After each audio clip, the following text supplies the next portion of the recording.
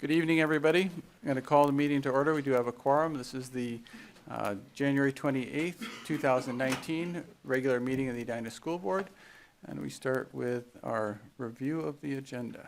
So tonight you will approve minutes from four previous meetings, some general approvals on consent. In discussion, Margot Bach will present capital budget requests, and then for action tonight, you'll be approving purchases of network equipment, some middle school new course proposals, which you heard in the work session previous to the meeting. You have the improvement of agreement with the paraprofessionals in the district. Margot will present the budget development plan, and then some other capital building work related to windows at Southview and the solar program at Cornelia Elementary. And then Amir has some policies to present, and then there's some information around enrollment, staff recognition, appendix for policy 618 and upcoming school board meetings. So that's what's on your agenda. Thank you very much. So can I get a motion to approve the minutes of the December 17th regular meeting, January 7th organizational meeting, January 7th work session, and the January 17th special and closed meeting? So, second. Are there any changes to the minutes? All right, all those in favor of approving the minutes from the December 17th regular meeting, January 7th organizational meeting, January 7th work session, and January 17th special and closed meeting, say aye. Aye. Any opposed? Motion carried. Next, we have recognition of Katrina Stern. Randy?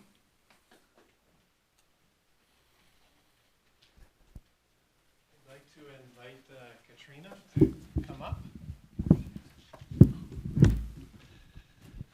So we are recognizing Katrina because she accomplished this amazing thing, and it's called National Board Certification. And when you look across the country, there are few nationally board certified teachers because it's such a rigorous adventure to demonstrate your competencies, your skills at such a high level. I'm just going to read off to you some of the other teachers that we do have in Edina. 18 nationally board certified teachers. Kim Castor, Gary Davidson, Geneva Fitzsimmons, Jessica Freilich, Eric Gronberg, Elizabeth Hillstrom.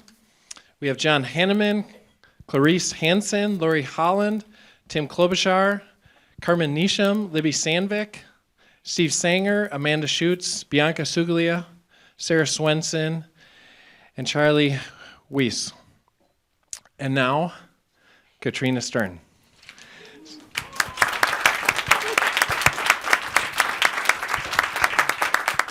So the program started back in 1987. Teachers across the country organized to create a group that would identify high-quality teaching where best practices are put in place every day. So Katrina, this was a very rigorous experience. Why did you do it? What made you interested in wanting to do this?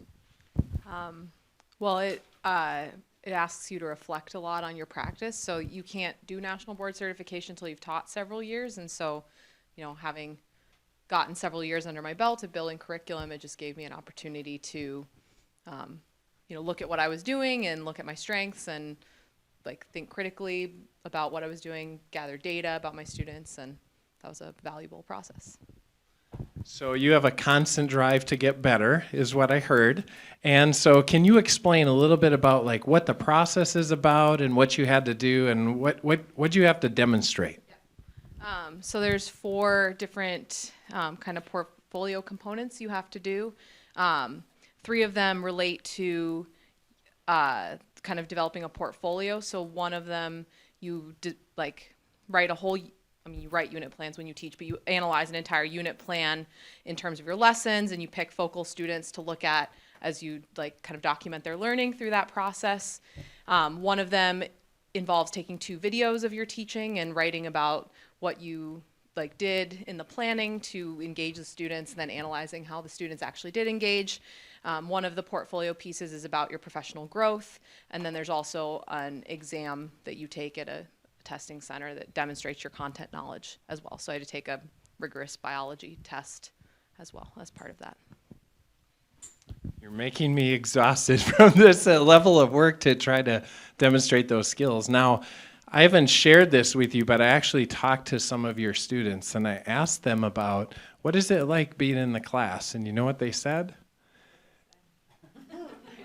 They said, I can tell she has really thought about what she's doing in this class before she comes into this space. I just thought that was such a huge compliment to you, your effort, your planning, your thinking, all of your hard work to demonstrate such rigorous and high-level skills. And how about a great round of applause for Katrina Stern. And we're going to ask Lenny Wallen-Freeman to deliver an award and then to take a photo with you.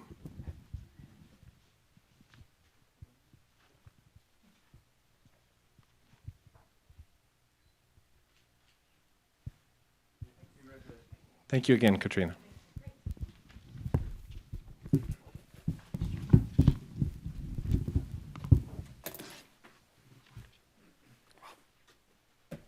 All right, well, that's pretty exciting. We do have some other staff recognitions that are not quite at that level, but we have individuals that have written in to commend a number of our staff members. I'm going to go through those. There's a commendation of Erin Zimmerman, who is a long-term substitute teacher at Cornelia. And the parent that wrote in says, she has taken time to get to know my child and how they best learn.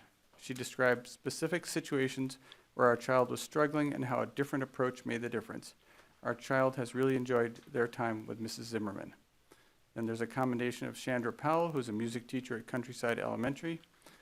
The parent said that Chandra is an outstanding mentor. She's an amazing educator and musician who provides a quality music education to Countryside students every day.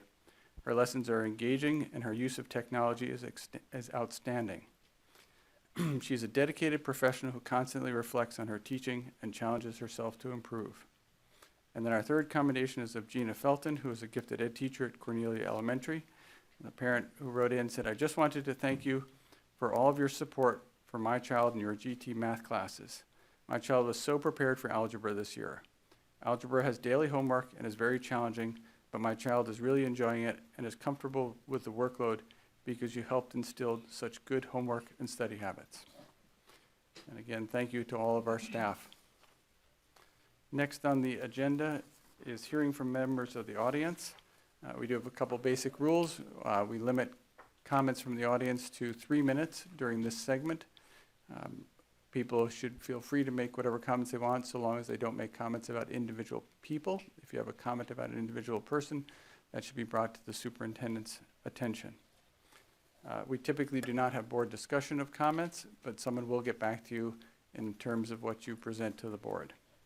And with that, we are going to start with Beth Zuley. Welcome. Thank you.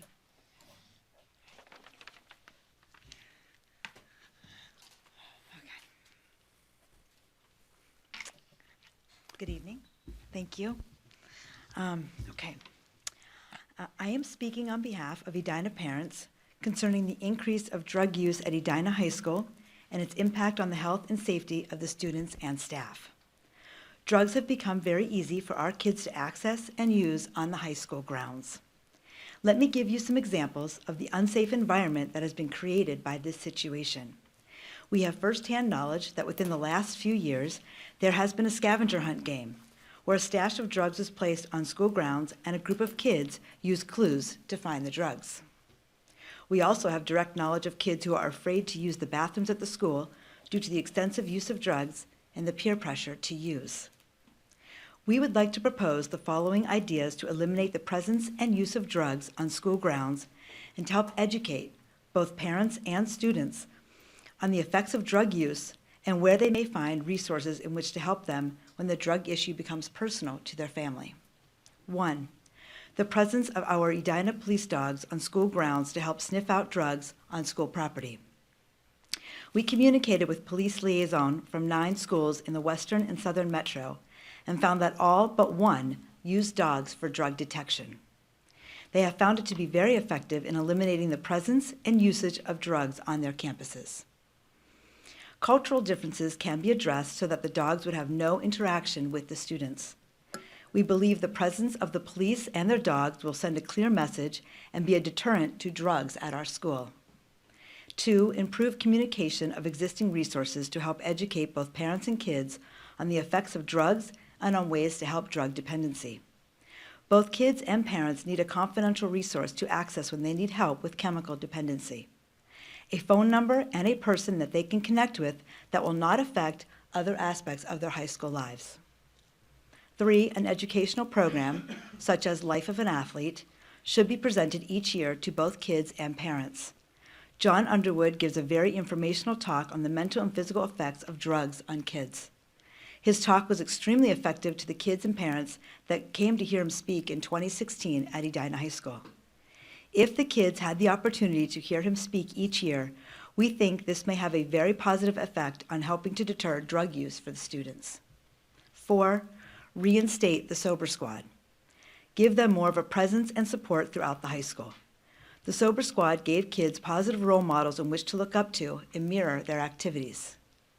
In conclusion, we ask you to seriously consider our proposals above to address the increasing impact of drug use on the safety and welfare of our students and staff.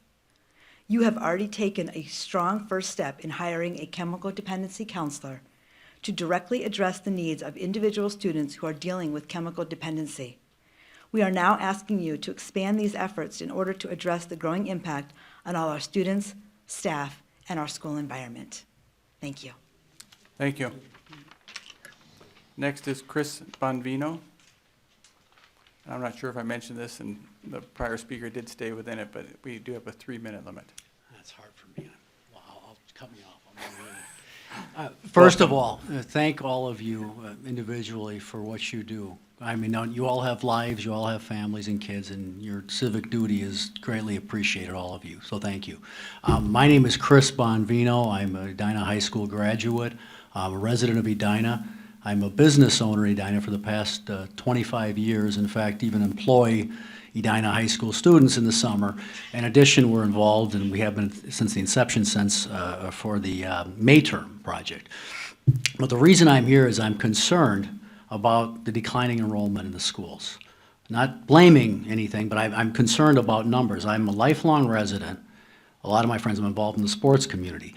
And I'm talking to a number of people who are telling me they're not going to send their kids to Edina. Now, there are rules. I mean, there are exceptions that, kids are private school kids to begin with, but these are kids that I didn't think would be. And I was so concerned, I didn't know him at the time, but Superintendent Schultz took a meeting with me, and I expressed last year my concerns to him. It was a good meeting. I think we had a good discussion, but this is concerning to me as an alum, a proud alum. But there were 2 instances subsequent to that meeting this summer where I had a couple of stories I want to just mention. And I'm not trying to be hyperbolic here or make anything up, but I'm concerned about this. One of which is a friend of mine is a admissions officer at the Our Lady of Grace School. And he told me that typically they have a 6 to 10 child wait list for their kindergarten program. This year, in June or July, that number was close to 60 kids, is what he told me. And I said, well, where are these kids coming from? And he said, well, many of them, or a lot of them, are coming from, they would be scheduled to go to 2 specific grade schools. And I was shocked to hear that. Anyways, the other one that was more personal to me is friends of mine, their son, who was a student athlete at Edina, a leader of a very bright kid, very good athlete. He was such a good athlete, in fact, that he was offered a full athletic scholarship from a major university. Well, to the shock of his parents, he said he didn't want to return to Edina this year. I know this young man. He's a quality kid. And when they pressed him, he said, well, it wasn't because of the, he was risking, as the high school league rules, a year of eligibility for his athletics, and then very possibly his athletic scholarship. I'm going to run over, I know it, but let me just cut to the chase. These are, concerns I have. I mean, I did some poking around, and again, this is all internet-based, so it might not be right, but my numbers I was looking at indicated we lost roughly 90 students, and and I talked with John before this. There are some other mitigating factors and various reasons, but it seems like a lot. And if the number that we get state aid federal aid. If it's 8,000 a kid, that's a $750,000 shortfall. And in addition to being a proud Edina alum, I'm also concerned as a taxpayer where that shortfall will be made up. I'm not an academician. I'm certainly not an administrator. I know I can't imagine how difficult this is, faced with a lot of problems. I'm a simple businessman. If I have a problem and I have a significant portion or a portion of my clientele that's unhappy, I try to discern what that problem is and then fix the problem. Unfortunately, I'm not coming to you with a solution. I just hope you take what I'm saying to heart because it's not a cliche. Well, it is a cliche, but it's not. A community is as strong as its schools, and we all want the same thing. I'm sorry if I've got one more thing really quick if I have a second. John and I spoke about, or Superintendent Schultz and I spoke about this, and as members of the business community, I have an idea I'd like to, at a future board meeting, suggest. I presented it, briefly to Dr. Schultz, and he seemed receptive. So I'll table it now. Thank you. Again, appreciate your efforts. All right, thank you very much. Next is Wayne Wenger. Mr. Wenger, we haven't seen you for a month. Welcome. Thank you. And I'm following up on my meeting last time because I was talking about the kids that dropped out of Edina schools that should have been here this year, about 100. I was made aware of a Morris Letterman survey that was done for the schools. 250 parents. It was August 28th to September 18th of this year. So this is brand new stuff. 12% of the parents said they were considering taking their kids out of the school. And if this is good percentages, as it's supposed to be, that's 12% of our students leaving or close to leaving. The number one reason was 28% said that didn't meet the child's needs, whatever that means. I don't think you can act on that, but that's a concern. 17% said they wanted smaller class sizes, and we see that in a lot of surveys. 17% said bullying, which was a real shock to me because I hadn't heard that in other stuff. But that's only 62% of the people got tied to things. It wasn't a public school, private school issue. It seemed to be about equally balanced. Some of the issues raised, the most serious issue, the largest one was large class sizes. Well, that checks out. Liberal political agenda, that was number 2. Number 3 was declining quality of the school, was the third issue, and that was about 7%. It was 17, 13, and then 7%, to give you an idea. You're going to have to be making some decisions. I still don't think you have enough information to identify what meeting child's needs are, trying to figure out what the remaining 38% that was too small a mix there to get at. I would recommend, as I did last time, is you get somebody to call all of the students, the families of the students that left. Ask them why they left. You've got a list from the Morris Letterman survey, some of the categories, and listen to what they say. And that will maybe better define what bullying is, what the liberal political agenda is, what meet child's needs is.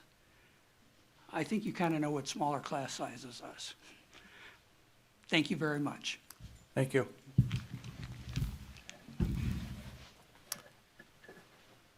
Sir, was there anybody else? So that concludes hearing from members of the audience. Again, remind people we do have an opportunity at 6:30 for questions and answers if you wanted to have more of a dialogue with the district. With that, we are on to the consent agenda. Is there anything to be removed from the consent agenda? If not, can I get a motion to approve the consent agenda? So moved. Second. All those in favor of approving the consent agenda, say aye. Aye. Any opposed? Motion carried. We are on to discussion capital budget requests. Margot.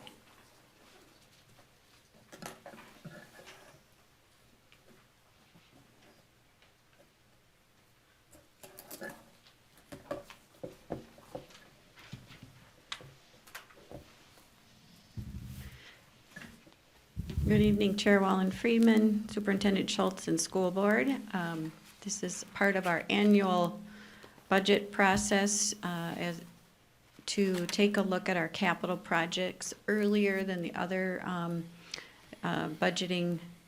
overall budgeting, because we start a process in the fall where we ask principals and custodians, department heads, what are the needs within the building from a facility standpoint. They submit requests that are due by December. We review them with a variety of criteria. What are possible funding sources? Does it fit in our long-term facility maintenance plan? Is it a health and safety requirement? Is it supported by another fund, for example, food service?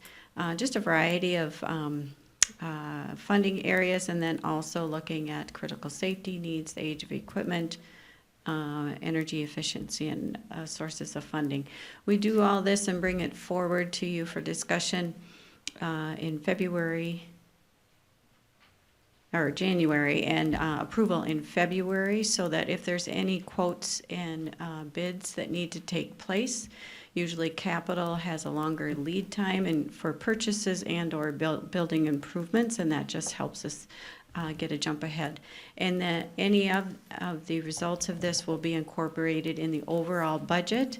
The operating capital is a subset, I would call it, of the general fund. It's required to be reserved within the general fund from the state. We typically get just a little over $2 million in capital revenue, and the areas that we spend those dollars are on transportation for our replacement of buses, for our aging fleet, textbook adoptions. The sites and departments each get individual allocation for capital. Buildings and grounds allocation for emergency purposes and some of the requests. That's what the request process really is for. We do have some capital copier leases and then some small assessments. So those are the areas that we use our capital budget on. And the next slide gives you just last year where we allocated the dollars, and this year where we're recommending allocating the dollars. Not significant amount of changes in these areas. We do keep a contingency in capital. Again, for those needs, we can't predict everything that will happen in our buildings, and sometimes occasionally there's a roof leak or something with the plumbing that we just need some dollars set aside for to be able to fix. When I first started here in 2010, the capital requests were very, very large, and they were all critical need. And they're all the ones that are being requested are certainly high need. But because we have implemented the 10-year facility maintenance plan, we are addressing some of these higher level, very expensive needs through the long-term facility maintenance plan. And so the individual requests coming through this process are smaller things that maybe don't qualify for long-term facility maintenance, or they're further down the road in long-term facility maintenance, and the principals or department heads might want them done sooner. So what we're requesting is, I think maybe the next slide has it. Approval, it will be requested at the next meeting, but approval to approve $400,000 in capital building projects for equipment replacement. This would, and the contingency, and then projects moving forward, and also our transportation and our vehicles and our textbooks. So we can get started on those purchasing processes. Again, this will all be incorporated into the overall budget that you approve in June. And the funding is required to be kept separate from the overall general fund as state required. And we did talk this over at the Finance and Facilities Committee meeting last week. Do you have any questions? I don't have a question, I just have one comment. When we were in the special education meeting the other day, there was a question about the fact that there's an increased need for a climate-controlled school bus for some of our special education students that require the temperature to be controlled.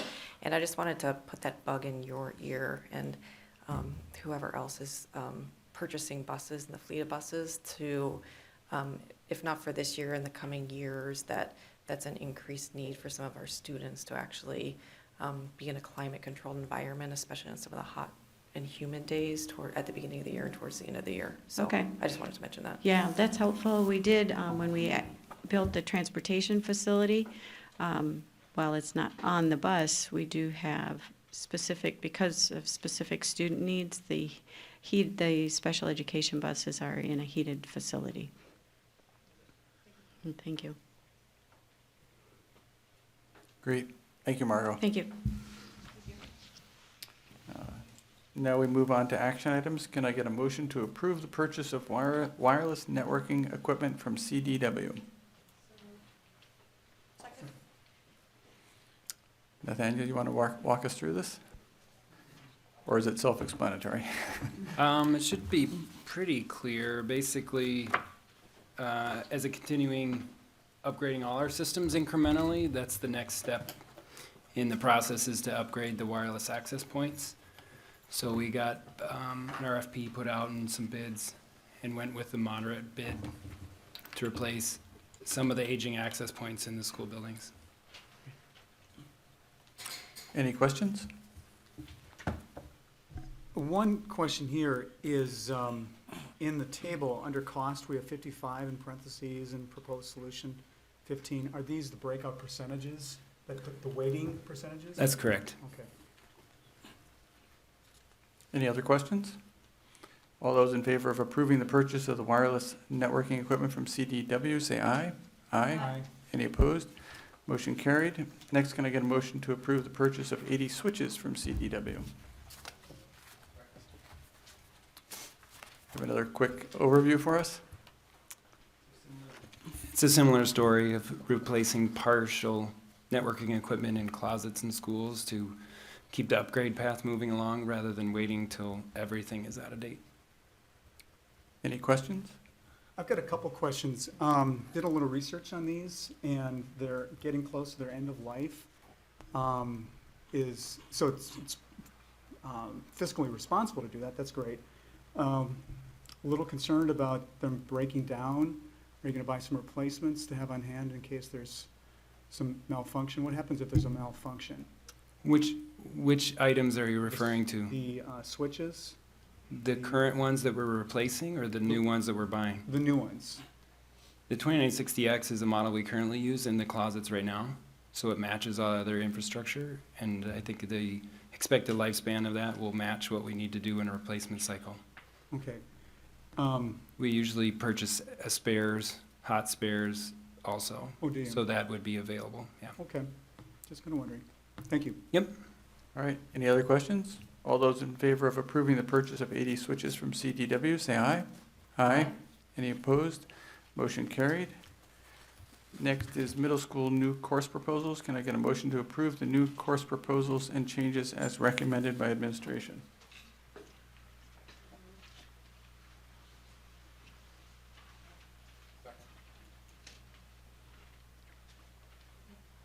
I was wondering if we could pull some of these out so that we approve the courses separately, or the pathways separately.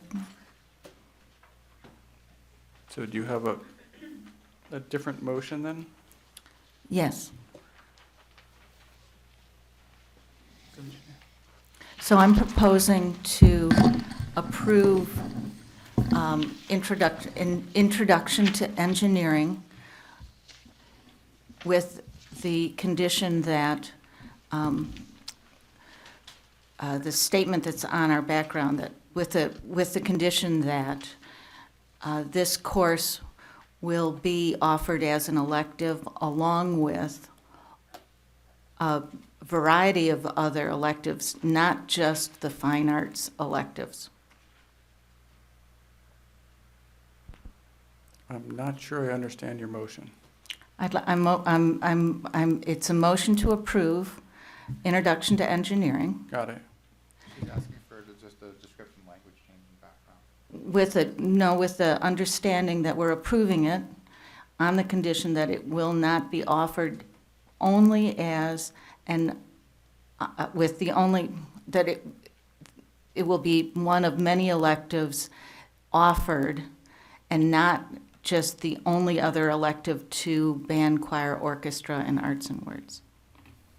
So that there will not just be a conflict, so that students wouldn't have to choose between their fine arts and this class. And it was understood in the discussion earlier that there are many electives, and so I'm just making sure that that's what we're voting on, is that it will be part of many electives.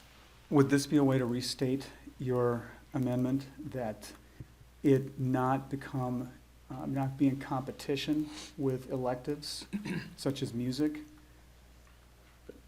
Is that, That's I not, might suggest that we bring a motion to approve the engineering course, and maybe Randy can answer the question, and then if people don't want to approve it as he's articulated, we would not approve it. We could bring a second motion rather than trying to figure out what this other one might look like.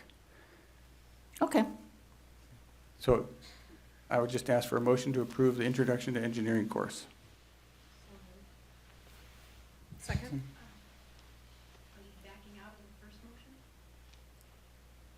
Yes. Thank you. So there's one motion on the table at the moment, which is to approve the engineering course. So if you could articulate the concern you have, maybe Randy could answer it, because I think the materials are relatively self-explanatory. Right, my concern is that it appears that students would have to make a choice between either taking their band, orchestra, and choir and taking this course. And I'm just wanting to make sure that that's not the situation, that they will be able to take both band and orchestra and choir and, one of those, and take this course. So we could set it up that on the registration sheet, that an option, they would still be able to preserve a music option. It would extend then into world language as one of the choices that they would or would not have.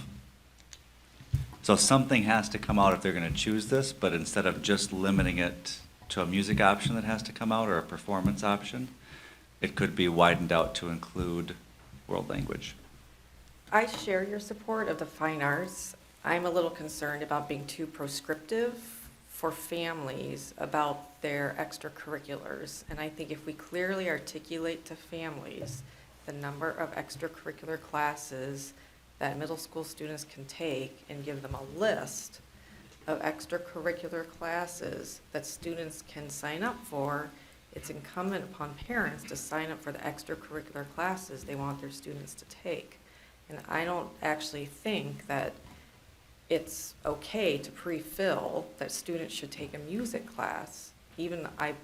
All of my kids have taken music, they're all going to be in band, and I absolutely support fine arts. I don't think we can put our own value judgment on the extracurriculars we're asking students to take. And I don't disagree with you, Ellen, but I'm getting a little concerned that we're putting too much of emphasis on we have to have kids take band, orchestra, and choir, when actually there's foreign language options, there's these STEM options, there's all sorts of options for students to take, and they should be able to take what they want to take that fulfills what they want to do. I think what it really comes down to is the sheet that the parents and student will fill out, and the only boxes currently to check are the section where there's the three musics and the art class, and then the next section, which is the foreign language choices. Everything else is prescribed. So to get to where I think you're both coming to would be, you can pick two choices in this litany of lists. But then that would mean we'd be opening them up to, they want to take band and choir. They want to take Latin and Spanish 1. So there may need to be some prescribing. You can pick up to two, one from this category, one from this category, one from this category. But somehow we have to open it up to parents so that they understand where their choices are left. Because the other things like world music, art, or regular art, all of the other things are at the top of the form and they're just prescribed. I've looked at both Valley Views and South Views tonight to look at how they're presenting it. So I think it's just a matter of describing so that it is not eliminating, as Ellen said, just music, but it's also not saying it's only limited to music or world language. Yeah, it would basically be a tweaking of the registration worksheet, and showing what the options are and putting parameters around. You have to choose, you can only choose one from this category and one from this category, but, so it wouldn't, if we put it just next to the musics, that would limit it, but I don't envision that. I think both Valley View and South View have talked about what it would look like, and it would look similar at each school for the registration purposes, and it would be just like Sarah talked about. Okay. Okay, any other questions? All those in favor of approving the motion to approve the Introduction to Engineering class, say aye. Aye. Any opposed? Motion carried. Can I get a motion to approve the Introduction to Coding? And we're breaking this down one at a time, Sarah. So this looks like a really great class. You've got a relatively detailed explanation. Are there any questions on it? And this one's much easier because there's more choices for electives in the 8th grade schedule. And it really fits in with what we've been doing. It's just one more option for students. Exactly. Are there any questions? All those in favor of approving the Introduction to Coding edition, say aye. Aye. Any opposed? Motion carried. Can I get a motion to approve the middle school compacted science class? So this is the one that I'd like to make sure that we're just approving the middle school, that we're discussing the middle school science class, the accelerated, The compacted class. compacted class. Pathway 2, correct? Right. Yes. And the accelerated Pathway path, so we're talking about pathway 2. Is that correct? Correct. Okay. So moved. The concern expressed earlier in the evening was that they're listed as Pathway 1 and Pathway 2, but Pathway 1 is not being altered by creating Pathway 2, which is what the board is approving tonight. So I've got a motion from Ellen.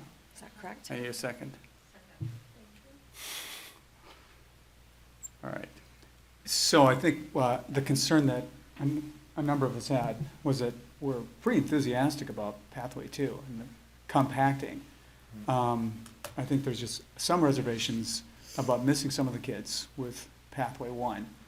And I think some of us are not real excited about losing the enriched 8th grade science. And I think some of us are still interested in seeing that. And would you want to elaborate on that a little bit, Randy? Sure. What I was saying in the work session was that approving this doesn't preclude that we would have that in 8th grade. It's just that the team has not gone through the full science review yet, which we've started the process in terms of looking at the standards, but we're going to need to look at the whole sequence of science courses and the way in which we offer courses. Now, it makes sense that the enriched physics would be the next option in 8th grade at this time. But if through this science review process, the science teachers, as they're working through the standards and how those are laid out, make a choice or a decision that we need to change the sequence of our science classes, then we need to take a look at that. But if we just look at what we're offering now, I think that it makes sense. And the reason that we're proposing this class is because when we did the gifted and talented study and we looked at our secondary course framework, we went out and studied other school districts and the way that they organize courses. And one of the things that they found is there were a few districts that created these accelerated or compacted courses. And when we looked at the literature said this is a type of course framework that is underused in school districts. And so one of our ideas in talking with the science teachers across the middle schools was to test out this type of framework. And it could be that other courses in other content areas could also use a compacted or an accelerated framework. So one of the ways of testing this was to look at science, which we knew is going to be under review, and to specifically look at 6th grade. Now, it does provide us a great opportunity to start with a group of kids that come in from elementary school and begin to phase in a different kind of science experience. But it was really about looking at a way of offering this compacted learning experience in science and testing out that kind of a course framework or course design. Again, we're about 70% of the way there. There's a lot of work to do yet. The standards haven't been finalized by the state. We haven't even begun to look at materials and resources yet. But what we're doing is we're proposing a framework where we would test out this idea of compaction. And then we will still have to define what does the 8th grade experience look like as we unpack those standards. It makes sense that the target we would be looking for would be an enriched physics class. But again, that conversation still needs a lot of discussion and dialogue with the science staff and the middle school admin. So we kind of jumped into questions, but just so people are clear, what you're proposing on the middle school is that 6th graders next year would have the option of taking sort of a traditional pathway, or they could take a class that in 6th and 7th grade, they would then complete 6th, 7th, and 8th grade science. Right, and so both of those pathways still use the same high-level standards. It's just instead of making the standards the variable, we're keeping the standards the constant, and we're making time the variable. So kids who need less repetition, need less time to master concepts and ideas, they won't need as much time, so they'll be in a compacted course. They'll be getting the content in 2 years instead of 3. That'll leave that 3rd year for that next course in the science sequence. All other students would then be in the grade level science course, which is still a great course. Again, we don't see either one of these courses as like one is better than the other. We see these courses as just simply serving different needs of kids that we have. And just to clarify, so you're moving along quicker, doing 3 years of standards in 2 years. And so we had a conversation earlier where that means that when it's time to move on, a student both needs to have already understood what was mentioned and not be wishing for more time to go in deeper and find the applications and how is this being used now, but to be ready to move on. It's time to move on. And so that's why we think this course isn't just an automatic, more advanced. Certainly students need to be able to keep up, but they might choose to go the traditional route to spend more time with each standards for other reasons, not because they need them to understand. And then also, what happens in 8th grade? That's kind of where this conversation started. What happens when this cohort of students is now enrolled in 8th grade and they've done what's normally 3 years of standards, and we haven't fully fleshed that out. We've talked about it's likely going to be physics, but there was a conversation earlier tonight of would it have to be, and we've talked about this is a cohort of people who are picking up on material quicker, so there stands to reason they'd be taking an enriched physics first type curriculum, but we haven't landed on that. We haven't committed to that or not that at this point. Well, I think to air my concern from the workshop, I'm really enthusiastic about the compacted class. I think that's excellent. And I think there's a lot of shared enthusiasm for that. My concern is with the kid who's advanced in science, who's maybe dyslexic and has some struggles with symbol comprehension, retention, and may not be very advanced at math at a commensurate level, and might be able to catch up, but at that point would then forsake the opportunity to, say, be in enriched science. And so that's my concern, and I'm just wondering if we might want to rephrase this, the motion, and approve Science Pathway 2, and put off for path. That's what the motion is. Oh, Yeah, okay, sorry, so then I guess I can. So this discussion, the whole motion that I made was only Pathway 2 Correct. is what we're voting on right now. Okay, because that's the new class The new proposal. class. Right. And I apologize, it could have been more clear in the board resolution around that. The intention of the language in Science Pathway 1 is to give context to the other option or the other course that kids really currently have in 6th grade, and how this Science Pathway 2 would be different from that.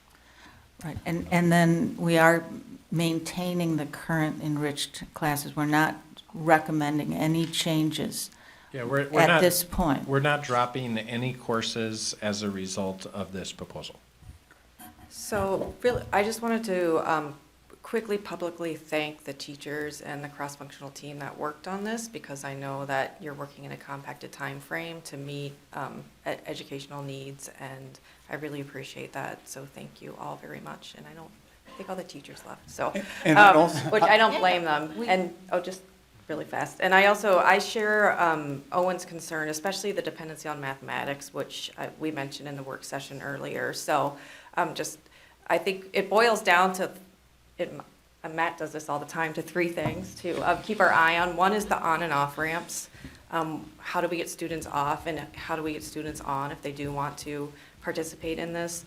Two is really keeping our eye on the what are we calling it, Pathway 1, and making sure there are enrichment opportunities for all and advancement opportunities for all.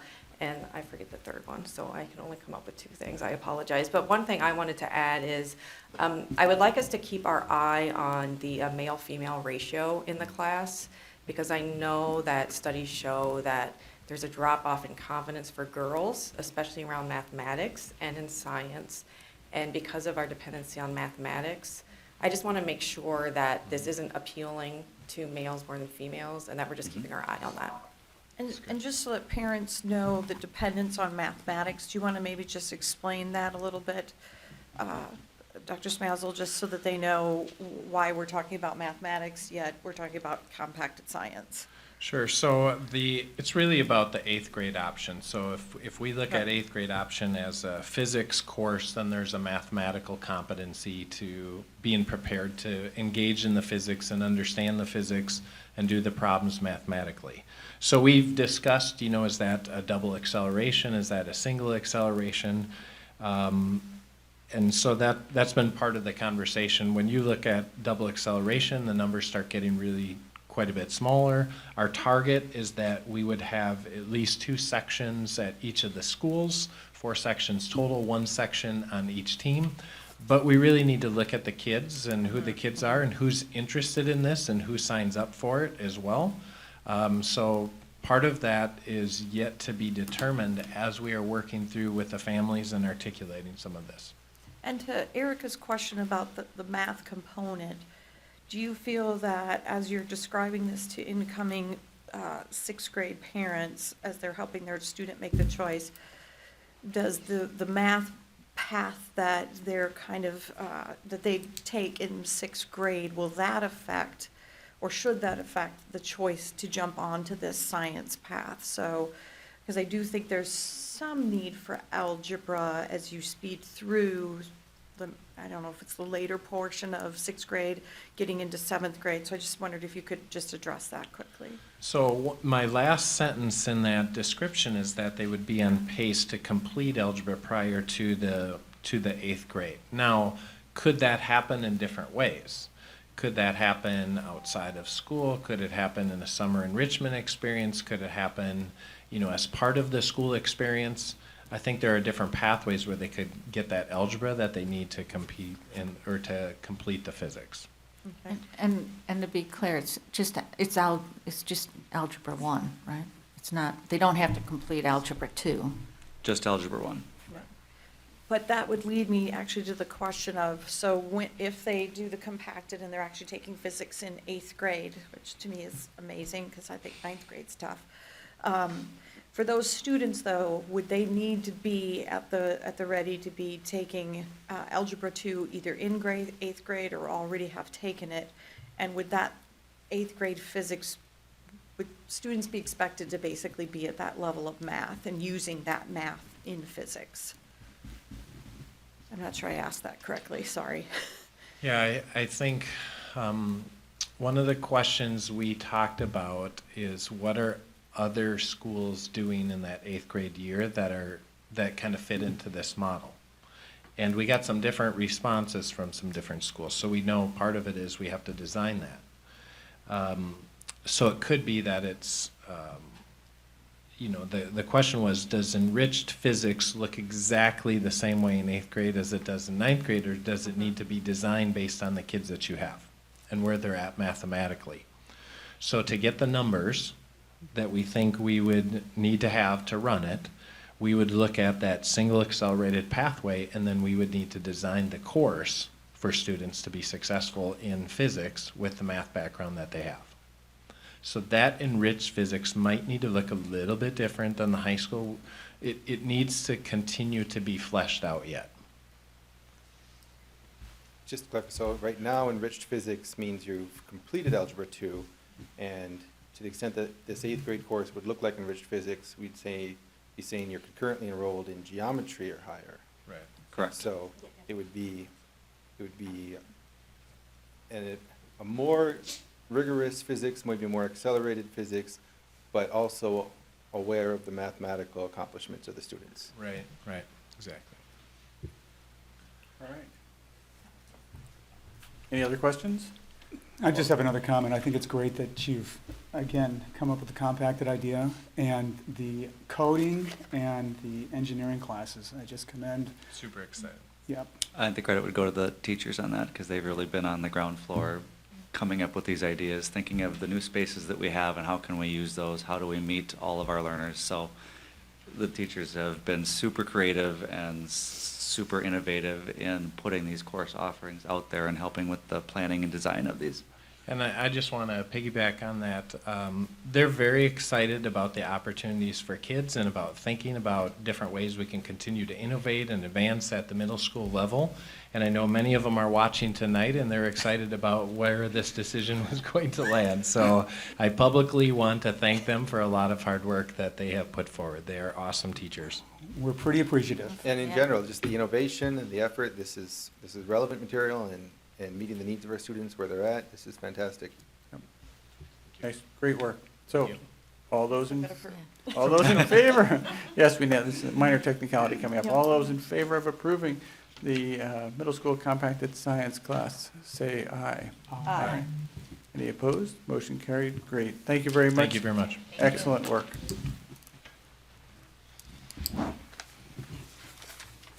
Next, can I get a motion to approve the master agreement with the Edina Professional Association of Support Staff for the 2018-19 and 2019-20 contract years? So moved. And Gwen, can you give us a quick overview of this? Yes, I will. The clerical group is divided into 3 sections, so there are 12-month employees, 10-month employees, and 9-month employees. And with the salary structure, the salary increases are anywhere from 1% to 2% over the course of the 2 years. And so we were really trying to create some more evenness between steps with some groups and make some increases that had been slower increases in other years, trying to catch up. So there are a variety of increases over the 2 years for those 3 particular groups. In addition to that, the health insurance will increase the district's participation and donation for the health. Salary or increases will be a 0.5% year 2 only, so a very small increase. And the other thing is that we worked closely on an evaluation process that had not been in place for quite some time with this group, and they will, based on the performance that is done over the course of the year, they may get a $400 stipend if they accomplish the goals that are identified.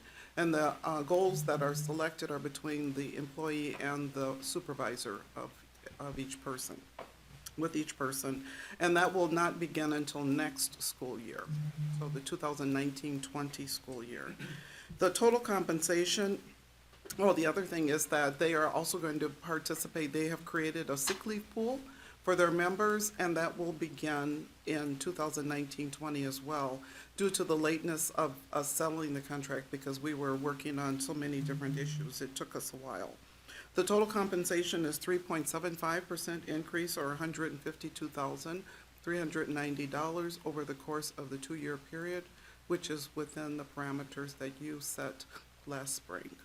I welcome any questions. Any questions? All right, all those in favor of approving the master agreement with the Edina Professional Association of Support Staff for the years 2018-19 and 2019-20, say aye. Aye. Any opposed? Motion carried. Thank you, Gwen and Margot.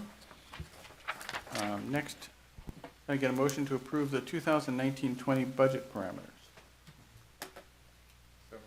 Second?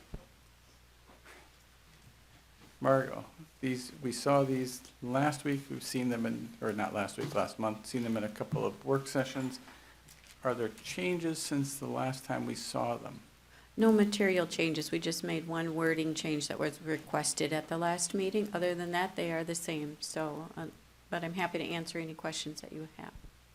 Margaret, just for the group, there's one note later in the document toward the end mentioning a number that's a bit higher than the corridor that we previously discussed. So what is the total number that we're working off as an operating budget reduction number? 2.2 million.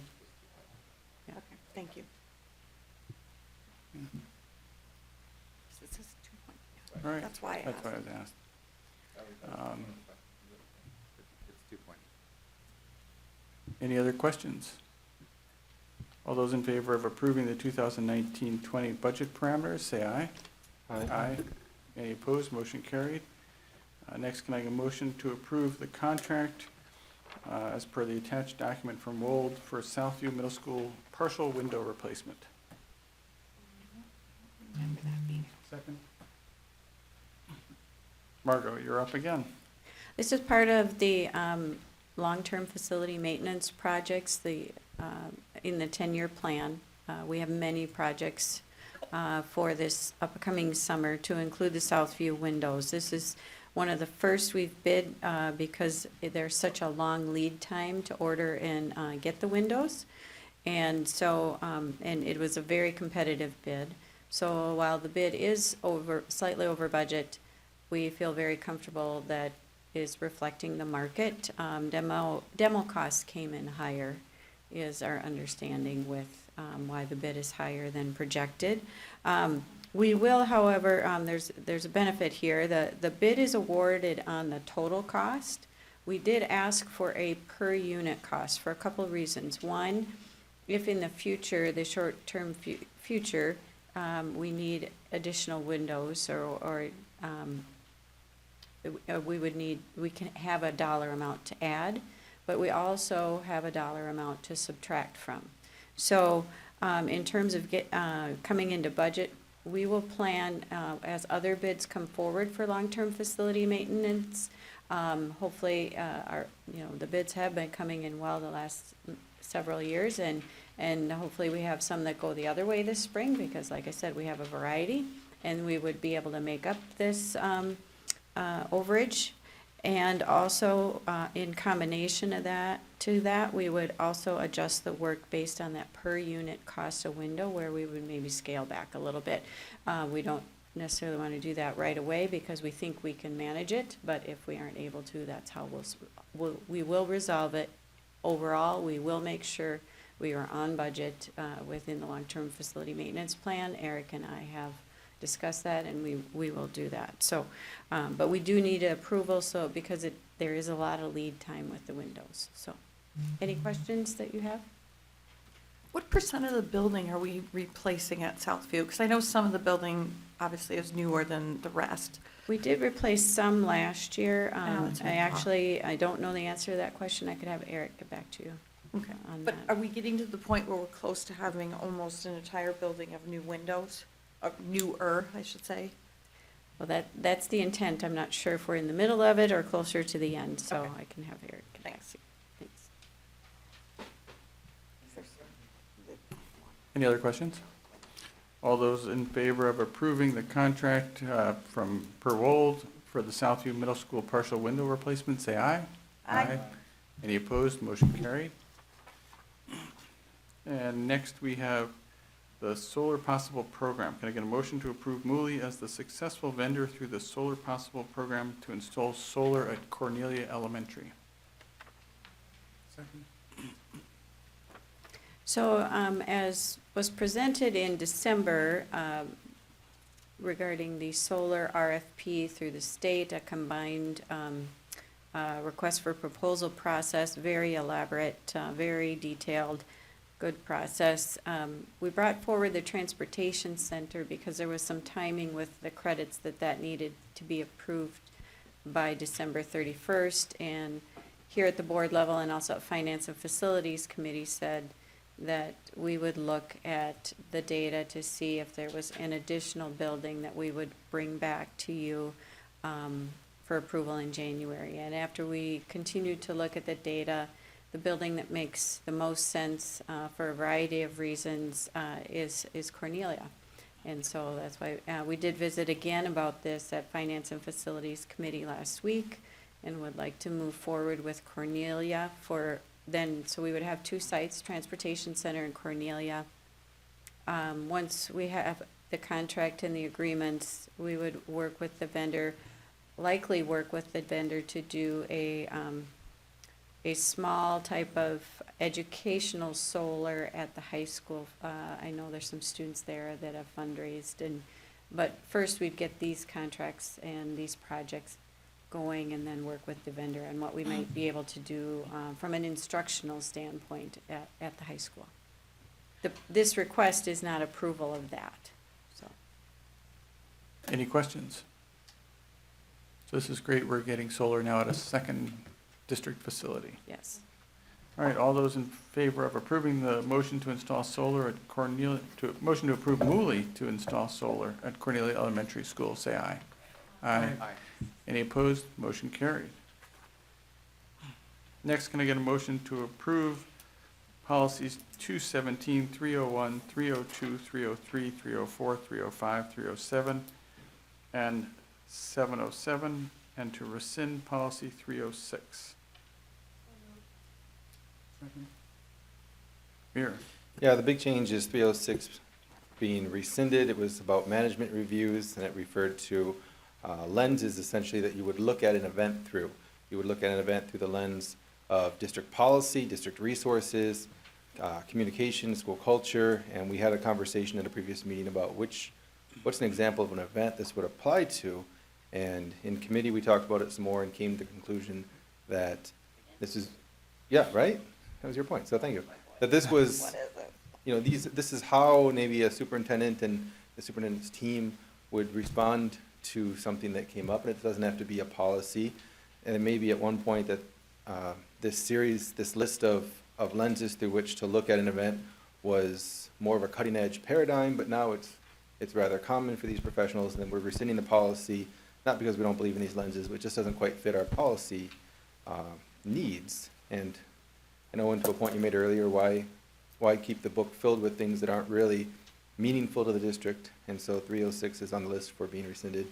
Everything else is essentially as it was at the last meeting. I think we also fixed a sentence issue as far as grammatical reading, but no substantial change too. Thank you for those changes. Thank you. Any questions on any of the policies? Nope. All right, all those in favor of approving policies 217, 301, 302, 303, 304, 305, 307, and 707, and rescinding policy 306, say aye. Aye. Any opposed? Motion carried. So do we have any committee updates? I know for finance, that the finance committee essentially looked at the solar and the capital budget, which was presented tonight. So I don't believe that finance went beyond what we've already talked about tonight. Teaching and learning, anything that we haven't discussed? No, I think we covered a lot of our big ones this month. Thank you. All right, are there any other committee updates? No, I just wanted to commend Ellen and Owen on the legislative action morning that you hosted and provided. It was a great job, especially for the first one we've had in a while, and a lot of community members there. And thank you guys for spearheading that. I really appreciate it. And John, for your help as well. I don't want to leave you out. So thank you all three. Just note that the original board book didn't have enrollment, a monthly enrollment, and that has now been added to board book. I have a question about that. Sure. So I'm noting that we're down 16 total for the month. Is that right? We lost 16 students in 1 month net.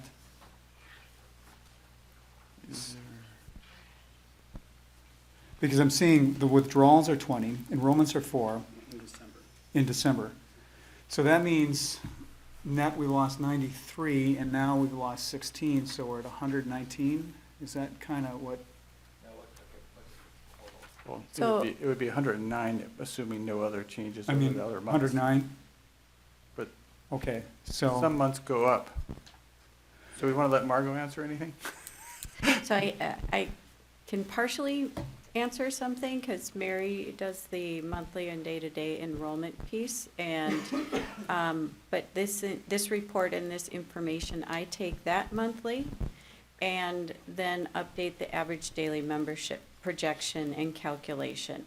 And so, and I have 8 years worth of history of that monthly count and then the actual average daily membership that we are funded on from the state for that particular year. And there, that history, then sometimes we may go up or down in December, or February, or, and because enrollment does fluctuate. So, short answer to your question is I plugged in this new information and we did not go down 16 ADM.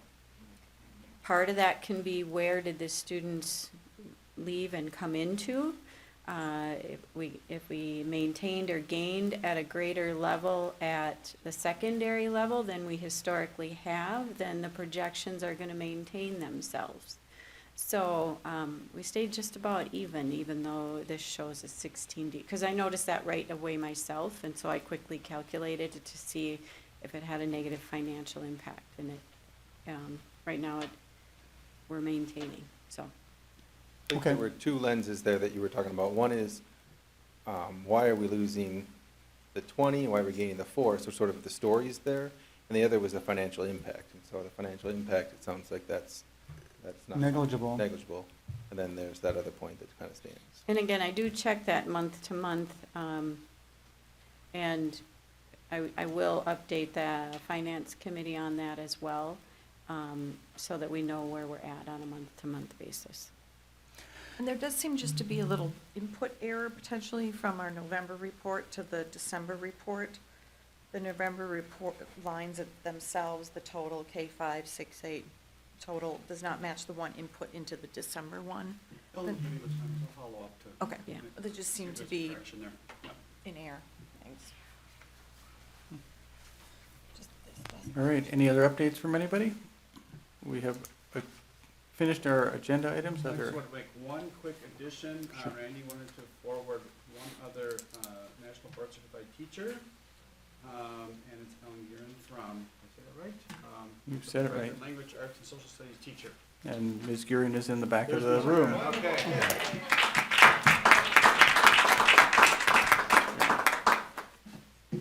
And do we have school tomorrow?